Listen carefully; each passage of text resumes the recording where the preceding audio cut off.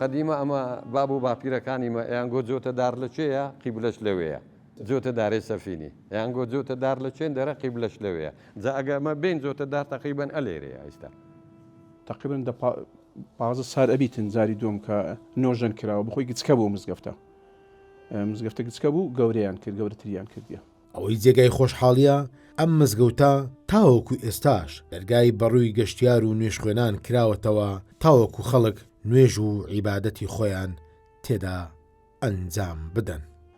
الله ئەکبەر. لە زۆربەی مناسەبە دینیەکان ئەو مزگەوتە ڕۆڵێکی گرنگی هەیە بەڕاستی.